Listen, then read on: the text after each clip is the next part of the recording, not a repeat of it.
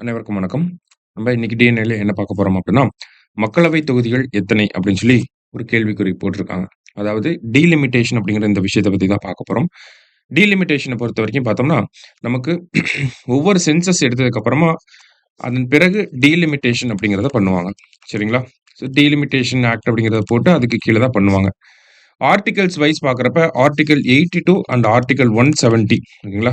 லோக்சபால இருக்கக்கூடிய சீட்டு, லெஜிஸ்லேட்டிவ் அசெம்பிளில இருக்கக்கூடிய சீட்டு. இந்த 2 ஆர்டிகிளும் நமக்கு டைரக்ட்டா டீலிமிட்டேஷன பத்தி பேசக்கூடிய ஆர்டிகிள்ஸா இருக்கு.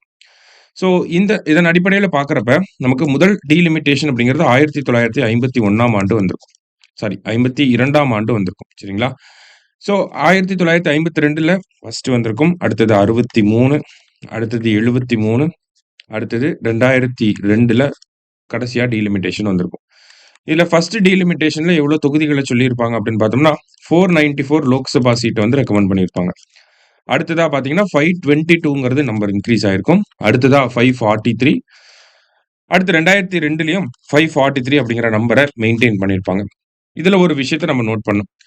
1971ல எடுக்கப்பட்ட மக்கள் தொகை கணக்கெடுப்பின்படி, 1973ல வந்த மறுசீரமைப்பு ஆணையம் என்ன சொல்லியிருப்பாங்க அப்படின்னா, இந்தியாவுல 543 லோக்சபா சீட் இருக்கட்டும் அப்படிங்கிறத சொல்லியிருப்பாங்க.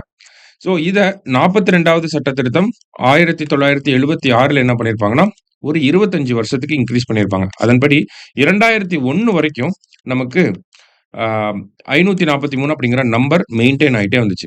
முன்னாடி பார்த்தோம். ஒவ்வொரு சென்சஸ்க்கு அப்புறமும் டீலிமிட்டேஷன் போட்டிருக்காங்க இதுவரைக்கும். இதுக்கப்புறம் பார்த்தோம்னா, ஒரு 25 வருஷத்துக்கு 543 இருக்கட்டும் அப்படிங்கிறத சொல்லியிருப்பாங்க. ஓகேவா? அடுத்தது 2001ல என்ன பண்ணியிருப்பாங்கன்னா, 84வது சட்ட திருத்தம் போட்டிருப்பாங்க. இத போட்டு இன்னொரு 25 வருஷத்துக்கு இந்த 543 அப்படிங்கிற நம்பரே மெயின்டெயின் ஆகட்டும் அப்படிங்கிறத சொல்லியிருப்பாங்க. அதன்படி பார்க்கிறப்ப இப்போ 2026ல நமக்கு இந்த தொகுதிகள் மறுசீரமைப்பு செய்யப்பட வேண்டும். சரிங்களா? ஸோ இந்த தொகுதிகள் மறுசீரமைப்பு பொறுத்தவரைக்கும் பார்த்தோம்னா, நமக்கு இப்ப சென்சஸ் எடுப்பாங்க. சென்சஸ் எடுத்து அந்த டேட்டாவ பேஸ் பண்ணி நமக்கு தொகுதிகள வந்து பிரிச்சு குடுப்பாங்க. ஒவ்வொரு மாநிலத்துக்குள்ளேயும் எவ்வளவு இருக்கணும், இருக்கக்கூடாது அப்படிங்கிறத. இப்போ இந்த ஒரு தொகுதிகள் மறுசீரமைப்பு அப்படிங்கிறது நம்ம 2026 ஏறக்குறைய நெருங்கிட்டோம் இல்லையா? அப்ப இன்னும் ஒரு கொஞ்சம் மாதங்கள்ல இந்த பணிகள் ஆரம்பிக்கிறதுக்கான வாய்ப்புகள் அதிகமா இருக்கு. ஏன்னா சென்சஸ் எடுக்கணும். சென்சஸ் எடுத்ததுக்கு அப்புறமா அத பேஸ் பண்ணி நமக்கு டீலிமிட்டேஷன் அப்படிங்கிறத பண்ண போறாங்க. அப்படி இருக்கப்ப, அந்த டீலிமிட்டேஷன் அப்படிங்கிறத 2 மெத்தட்ஸ்ல பண்ணலாம் அப்படிங்கிறத அரசியல் வல்லுனர்கள் நமக்கு சொல்றாங்க. 1 நமக்கு 543 அப்படிங்கிற நம்பர் ஃபிக்ஸ் பண்ணிரணும். சரிங்களா? இந்த 543 அப்படிங்கிற நம்பர ஃபிக்ஸ் பண்ணிட்டு, இப்போ இருக்கக்கூடிய இப்ப ரீசென்ட்டா எடுப்பாங்க இல்லையா சென்சஸ். இப்ப அந்த சென்சஸ பேஸ் பண்ணி, இப்ப இருக்கக்கூடிய மக்கள் தொகைய அடிப்படையா வச்சு, நமக்கு ஒவ்வொரு மாநிலத்துக்குள்ளயும் சீட்ட பிரிச்சு குடுத்துறணும் அப்படிங்கிறத சொல்றாங்க. இன்னொரு சஜஷன் என்ன அப்படின்னா, நம்மளோட லோக்சபா சீட்ட 848 இன்கிரீஸ் பண்ணி, அந்த 848 மாநிலங்களுக்கு மத்தியில பிரிச்சு குடுக்கணும் அப்படிங்கிறது 2 சஜஷனா சொல்றாங்க. சரியா? இப்ப இதுல தான் நமக்கு பிரச்சனை. என்ன பாதிப்புலாம் இருக்கு அப்படின்னு பார்த்தோம்னா, இப்ப 543 சீட் ஆல்ரெடி இருக்கு.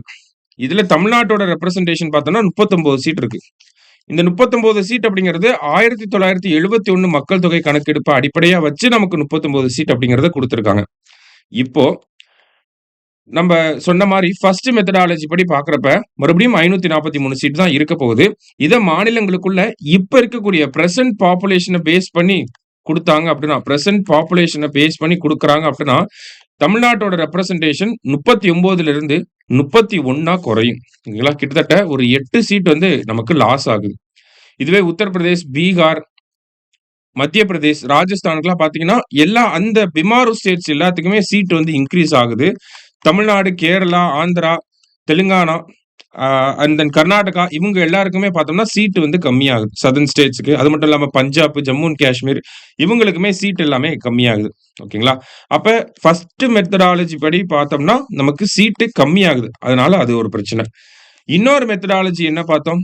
848 இன்கிரீஸ் பண்ணலாம் அப்படின்னு சொல்லி. ஸோ இந்த 848 இன்கிரீஸ் பண்றப்ப, நமக்கு 1971 மக்கள் தொகை கணக்கெடுப்ப பயன்படுத்துனாங்க அப்படின்னா, தமிழ்நாட்டுக்கு 61 சீட் வந்து கிடைக்கும். 39ன்னு இருக்கிறது 61ஆ இன்கிரீஸ் ஆகும். இதுவே பிரசன்ட் பாப்புலேஷன் வைஸ் பண்றாங்க. பிரசன்ட் பாப்புலேஷன் டேட்டாவ வச்சு பண்றாங்க அப்படின்னா, தமிழ்நாட்டுக்கு 39 சீட்ல இருந்து ஒரு 10 சீட் இன்கிரீஸ் ஆகி 49 சீட் தான் கிடைக்கும். ஓகேங்களா? அப்ப தமிழக அரசாங்கம் என்ன வலியுறுத்துறாங்க அப்படின்னா, நீங்க சீட்ட இன்கிரீஸ் பண்ணுங்க. ஆனா, அதுக்கு 1971ல எடுக்கப்பட்ட அந்த மக்கள் தொகை கணக்கெடுப்ப அந்த சதவீதத்தின் அடிப்படையில நம்ம பண்ணணும். நீங்க சீட்ட பிரிச்சு குடுக்கணும் அப்படின்னு சொல்றாங்க. அது என்ன சதவீதம்னா 7% ஏறக்குறைய. சரிங்களா? 7%த்துல நீங்க பிரிச்சு குடுத்தீங்க அப்படின்னா, எங்களுக்கு 61 சீட் வரும். இல்ல நீங்க பிரசன்ட் பாப்புலேஷன் வைஸ் பண்ணீங்க அப்படின்னா, எங்களுக்கு 10 சீட் தான் இன்கிரீஸ் ஆகும் அப்படிங்கிறத சொல்றாங்க. இது ஒரு பிரச்சனை. சரிங்களா? இத தாண்டி என்ன இருக்கு அப்படின்னு பார்த்தோம்னா, வட மாநிலங்களுக்கு அதிகமான பயன். எப்படி அப்படின்னு பார்த்தோம்னா, மோர் ஆர் லெஸ் நமக்கு இந்த 848 அப்படிங்கிற நம்பர் தான் வர்றதுக்கு அதிக வாய்ப்புகள் இருக்கு. ஏன்னா, நம்மளோட புதிய பாராளுமன்ற கட்டடம் இருக்கு. அந்த புதிய பாராளுமன்றத்துல லோக்சபாக்குன்னு ஒரு ஹால் குடுத்திருப்பாங்க. அந்த லோக்சபாக்குன்னு இருக்கக்கூடிய ஹால்ல எவ்வளவு பேர் உட்கார முடியும் அப்படின்னு பார்த்தோம்னா, 888 பேர் உட்கார முடியும். சரிங்களா? 888 அப்படிங்கிறது அதோட சீட்டிங் கெப்பாசிட்டி. அப்ப ஏறக்குறைய பார்த்தோம்னா, மத்திய அரசாங்கம் இத மனசுல வச்சு தான் நமக்கு இந்த லோக்சபாவோட சீட்டிங் கெப்பாசிட்டிய 888 இன்கிரீஸ் பண்ணியிருந்திருப்பாங்க. அதிகமான வாய்ப்புகள் அதுதான். அப்ப 848ன்னு இன்கிரீஸ் ஆகுறப்ப தென் மாநிலங்களோட ரெப்ரசன்டேஷன் அப்படிங்கிறது 129 இப்ப கரண்ட்டா பார்த்தீங்கன்னா. அது 129 அப்படிங்கிறது 164 இன்கிரீஸ் ஆகும். சரிங்களா? ஒரு 35 சீட் இன்கிரீஸ் ஆகும். இது வந்து சதர்ன் ஸ்டேட்ஸ்க்கு. ஓகேவா? இதுவே இந்த பிமாரு ஸ்டேட்ஸ் இருக்காங்க இல்லையா? இவங்களோட ரெப்ரசன்டேஷன் பார்த்தீங்கன்னா, ரொம்ப அப்ரப்ட்டா இன்கிரீஸ் ஆகும். இப்ப கரண்ட் பார்லிமென்ட்ல பார்த்தீங்கன்னா, நம்ம 129 இருக்கோம். பிமாரு ஸ்டேட்ஸ் 174 இருக்காங்க. நம்ம இது நமக்கு எவ்வளவு இன்கிரீஸ் ஆகுது? 35 சீட் வந்து இன்கிரீஸ் ஆகுது. ஆனா இந்த பிமாரு ஸ்டேட்ஸ்க்கு பார்த்தீங்கன்னா, கிட்டத்தட்ட 150 சீட் இன்கிரீஸ் ஆயி, இவங்களோட ஓவரால் கவுண்ட் வந்து 324 வந்துரும். ஓகேங்களா? சோ அப்ப என்ன நிலைமை ஏற்படுது? இந்த பீகார், உத்தரப்பிரதேஷ், மத்திய பிரதேஷ், ராஜஸ்தான் இந்த 4 மாநிலத்த ஃபோக்கஸ் பண்ணாலே ஒரு கட்சினால 324 சீட்ட வின் பண்ண முடியும். சரிங்களா? இதுல பார்த்தீங்கன்னா, உத்தரப்பிரதேசோட கரண்ட் லோக்சபா சீட்டோட எண்ணிக்கை 80. உத்தரப்பிரதேஷ்க்கு மட்டும் 143 சீட்டு போயிரும். சரிங்களா? அப்ப இந்த ஒரு விஷயம் அப்படிங்கிறது தென் மாநிலங்களோட முக்கியத்துவத்தையே கம்மி பண்ணுது. நம்மளோட அரசியல் உரிமை அப்படிங்கிறது இந்த இடத்துல பாதிக்கப்படும்.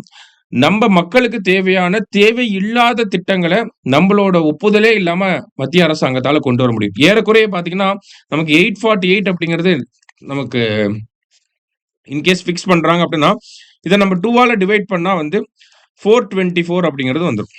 இல்லையா? 424 அப்படிங்கிறது மெஜாரிட்டிக்கான நம்பர் வந்து 424ஆ இருக்கும். அப்ப ஈஸியா ஒரு ஸ்டேட் ஒரு கட்சினால இந்த 4 ஸ்டேட்ட மட்டும் ஃபோக்கஸ் பண்ணி 324 சீட்ட வின் பண்ண முடியும். இல்ல தமிழ்நாட்ட ஃபோக்கஸ் பண்றாங்க அப்படின்னா, அதாவது தென் மாநிலங்கள ஃபோக்கஸ் பண்ணா கேரளா, ஆந்திரா, தெலுங்கானா, கர்நாடகா, தமிழ்நாடு இந்த 5 மாநிலத்த ஃபோக்கஸ் பண்ணா அவங்களுக்கு கிடைக்கக்கூடிய சீட்டு 160 தான். ஆனா இந்த பிமாரு ஸ்டேட்ட ஃபோக்கஸ் பண்ணா அவங்களுக்கு கிடைக்கக்கூடிய சீட்டு 324. அப்ப இந்த ஒரு பிரச்சனை தான் நமக்கு இருக்கு. ஓகேங்களா? அப்ப தமிழக அரசாங்கம் என்ன சொல்றாங்க? நீங்க பிரசன்ட் பாப்புலேஷன் வைஸ் பண்ணாதான் நாங்க தென் மாநிலங்கள் அதிகமான இடங்களை இழக்கிறோம். நீங்க 1971 சென்சஸ் அந்த பாப்புலேஷன் டேட்டாவ பேஸ் பண்ணி இந்த 848 அப்படிங்கிறத பிரிச்சு குடுங்க. அப்படிங்கிறத ஒரு ரெக்வெஸ்ட்டா வைக்கிறாங்க. இன்னொரு நேத்து பார்த்தோம்னா, நமக்கு அனைத்து கட்சிகளும் அவங்களுடைய தலைவர்கள்லாம் வந்திருப்பாங்க தமிழ்நாட்டுக்கு. அந்த கூட்டத்துல என்ன தீர்மானம் நிறைவேற்றப்பட்டிருக்கு அப்படின்னா, எப்படி 76ல ஒரு 25 வருஷம் இன்கிரீஸ் பண்ணி 2001 வரைக்கும் கொண்டு வந்தாங்களோ, அதே மாரி 2026ல ஒரு 25 வருஷத்துக்கு நீங்க எக்ஸ்டெண்ட் பண்ணி விட்டுருங்க அத. இன்னொரு 25 வருஷத்துக்கு இருந்துட்டு போகுது இதுவே அப்படிங்கிறது தான் அவங்க சொன்ன தீர்மானத்துல. சோ மத்திய அரசாங்கம் என்ன பண்றாங்க அப்படிங்கிறத நம்ம வெயிட் பண்ணி தான் பார்க்கணும். சரிங்களா? ஸோ நம்ம அகாடமில பார்த்தீங்கன்னா, குரூப் 1க்கான லீடர்ஸ் டெஸ்ட் சீரிஸ் வந்து ஃபுல் ஸ்விங்ல போயிட்டு இருக்கு. ஸோ நீங்க ஜாயின் பண்ணணும்னு நினைச்சீங்கன்னா, நம்ம சுரேஷ் பாடசாலை பிளாட்ஃபார்ம்ல ஆன்லைன்ல ஜாயின் பண்ணணும்னு நினைச்சீங்கன்னா, சுரேஷ் பாடசாலை பிளாட்ஃபார்முக்கு கால் பண்ணுங்க. இல்ல ஆஃப்லைன்ல ஜாயின் பண்ணணும்னு நினைச்சீங்க அப்படின்னா, அந்தந்த ரெஸ்பெக்டிவ் பிரான்ச்சஸ்க்கு கால் பண்ணி என்குயரிஸ் கேட்டுக்கோங்க. சரியா? Thank you. Suresh IAS academy வெற்றியின் முகவரி.